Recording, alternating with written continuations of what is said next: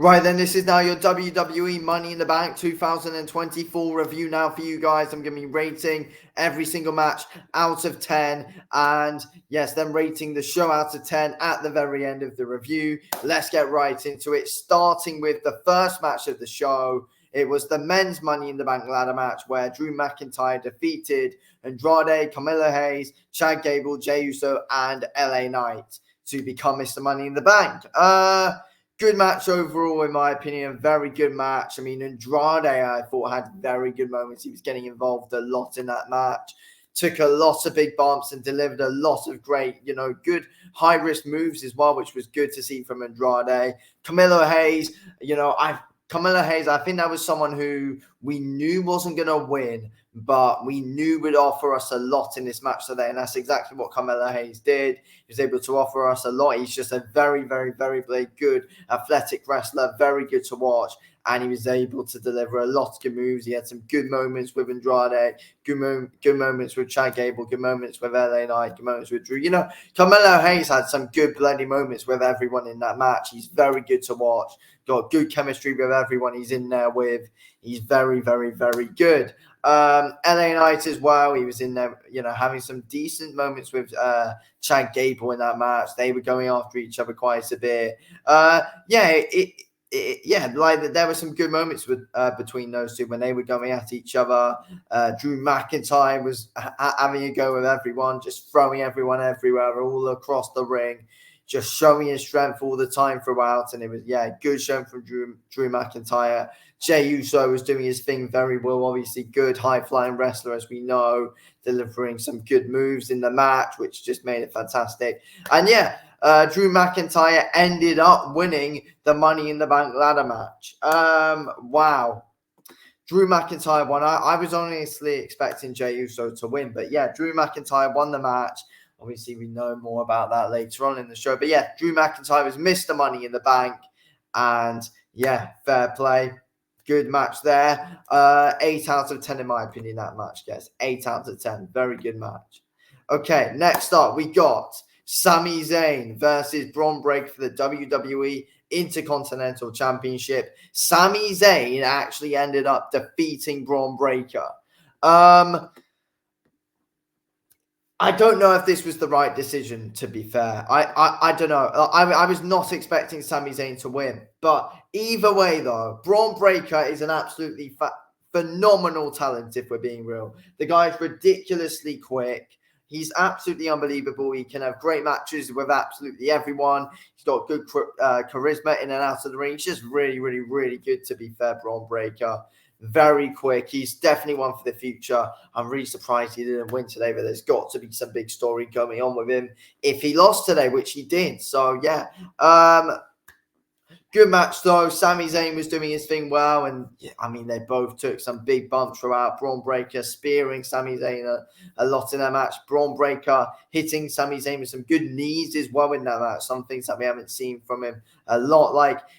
Good to see from him. Sami Zayn doing his usual stuff, of course, catching Bron Breakker with some good, solid moves, then just about falling short with some near falls, but eventually Sami Zayn Bron Breakker was able to slam Sami Zayn quite a few times, near falls. Eventually, Sami Zayn was able to get the Helluva Kick in, though, and win the match. 1, 2, 3. Sami Zayn retained. Surprisingly, I did not expect it at all, but Sami's a good champ overall, but I was expecting him to lose this. I didn't think he had long left as champ, but where do we go with Sami Zayn now then as champion? That's interesting. But I'm not overly mad at it, but I was expecting Bron Breakker to win. I feel like it would have been better if he did. It was a great match, though. Great match. I'd give it an 8 out of 10. No, probably 7.5. I disagree with the result, but the match was very, very, very bloody good. So, there we go. And then, next up, we got John Cena coming out. And he came out to the ring and was basically saying he's retired. John Cena retires from 2025, apparently. Apparently, WrestleMania 41 Las Vegas will be his last one. Shame, to be fair. It's a shame, but I guess it's been coming. It's been coming, I guess. But yeah, 2025 will be his last year. Fair play to him and everything he's done. It's going to take a bit of time for it to really sink in for me, in my opinion, though. It's a disappointing one, but I guess it's best for him. He's got other things to do with Hollywood and all that, but yeah, it's a shame. It's a shame. But yeah, Royal Rumble, obviously, he said it'll be at Elimination Chamber, will be at WrestleMania. Then looks like he's done. But, you know, I want to see him go out on a high. No matter what happens, I want to see CENA go out on a high. But yeah, anyway, other than that, then we got to our next match where we got Damian Priest defending his WWE World Heavyweight Championship against Seth Rollins. What a match this was. Unbelievable match, to be fair. I mean, Seth was getting some great moments throughout, to be fair. I mean, Seth getting some good near falls and was hit, and, you know, just showing his athleticism throughout this match. And Damian Priest showing his strength. He was able to throw Seth around a few times with some good choke slams and chuck him about the ring. I mean, to be fair, good match between the two. Good match between the two. And yeah, like good solid near falls as well. I mean, they had me believing that Seth could have possibly done it. Seth started pretty well, then Damian Priest was able to take over. There was a bit of 50-50 between, well, who was in control, who wasn't in control. Good match overall. Until eventually, basically, Seth Rollins pinned Damian Priest, but the ref decided to stop counting. So I thought about this and I was like, that wasn't supposed to happen, was it? Like, the ref wasn't supposed to stop counting. Damian Priest messed that whole thing up because he didn't kick out when he was supposed to. So did Triple H just decide to send Drew McIntyre out there to try and make things all good? Because Seth pinned Damian Priest and should be world champ. That's the thing. But no, eventually, though, Drew McIntyre came out. There was having brawls. And eventually, CM Punk came out and took out Drew McIntyre, which is completely bashing him about. Took him into the timekeeper's area, was beating him up there. And yeah, bloody hell, it's so frustrating. It didn't need to happen.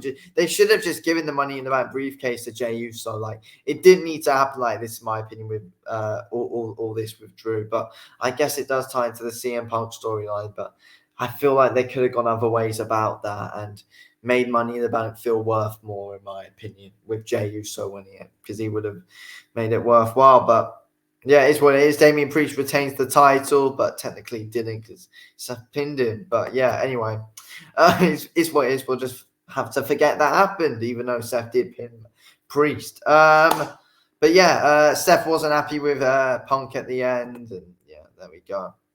Anyway, but yeah, it's going on to the Drew McIntyre CM Punk story now, I guess, for SummerSlam. Going to be an exciting one, but yeah, should have given the briefcase to Jay. Anyway, next up, though, we got... but wait, what would I rate that match out of 10? I don't know, it's just a shambles in the end, to be fair. I give it a 6 out of 10. Give it a 6 out of 10, that match. Anyway, next up, we got the Women's Money in the Bank ladder match. We got Tiffany Stratton defeating and becoming Miss Money in the Bank against Chelsea Green, Io Sky, Lyra Valkyria, Naomi, and Zoe Stark. This was match of the night, in my opinion. 100% this was match of the night. Fantastic work from all of these women involved. Naomi was obviously fantastic because she is in every single match that she has like this, of course. Chelsea Green and Tiffany Stratton formed an alliance. See, is that even a word? But they formed an alliance. They were both like setting up tables and stuff and trying to team up on a few of the other women in there. Tiffany Stratton and Chelsea Green. Io Sky has some good high-flying moments. Her and Lyra Valkyria were really going at it on the ladder quite a bit as well, to be fair. And then just flying off as well onto ladders. It was fantastic. These two, Io Sky, Lyra Valkyria, fantastic throughout. Zoe Stark had a good main part of the match as well. She was really going for it. She was in a lot of battles with the other women as well. Zoe Stark played a good part in it. Fair play to her. But yeah, Tiffany Stratton, Chelsea Green setting up tables. Eventually, it was like Chelsea Green was about to win the match, basically unhooked it, and then Tiffany Stratton came out of nowhere with another ladder and then knocked Chelsea Green off onto the double tables that they'd set up. And Tiffany Stratton, there was nowhere else in the ring. Tiffany Stratton wins. She is Miss Money in the Bank. Fantastic match overall. 9 out of 10. Very good stuff that one was. Next up then, we got, a 9 out of 10 match of the night, the Women's Money in the Bank ladder match. Then we got our main event where it was the Bloodline, Solo Sikoa, Jacob Fatu, and Tama Tonga, with Tonga Loa at ringside, defeating Cody Rhodes, Kevin Owens, and Randy Orton in a 6-man tag team match. Great match in my opinion. I mean, they were just the Bloodline were just teaming up on Kevin Owens so much he was hardly able to. It took him ages until he was eventually able to tag Cody Rhodes in for the hot tag. But yeah, the Bloodline were putting on a right beating on Kevin Owens in this match. And Jacob Fatu as well, by the way, is an absolute beast. Tangalo is fairly athletic as well, which is good to see. And Solo was doing his thing well. Good match, to be fair. Good match. And yeah, like Randy Orton was RKOing Tama Tonga Loa. I believe he hit Solo Sikoa with one as well. Jacob Fatu literally was straight up from Vintage Orton, from Vintage Orton at a point as well. I mean, showing that Jacob Fatu's an absolute beast. But yeah, ended with, of course, the referee getting taken out. Classic Bloodline match. It's not a Bloodline match without a referee being taken out. Referee got taken out. And then Jacob Fatu went on and absolutely squashed the referee as he tried to take out Kevin, but caught the ref. So the ref was out for ages. And then, eventually they're ending up putting on a beating on Cody Rhodes. And Solo Sikoa pins Cody Rhodes. And now that's Solo Sikoa's argument for getting a title shot. So the Bloodline win. Solo pins Cody Rhodes. Solo's getting a title shot at SummerSlam. Simple as that. I thought Randy Orton would turn heel tonight and get his shot. But no, it's going to be Cody versus Solo. And probably Roman returns then, or Jimmy returns. Gonna be interesting, but 8 out of 10. Good match in my opinion. Good, amazing match. Anyway, thank you for watching this video, Keyholes. I'll speak to you on the next one. Thanks for watching. Peace out. SummerSlam's gonna be very interesting.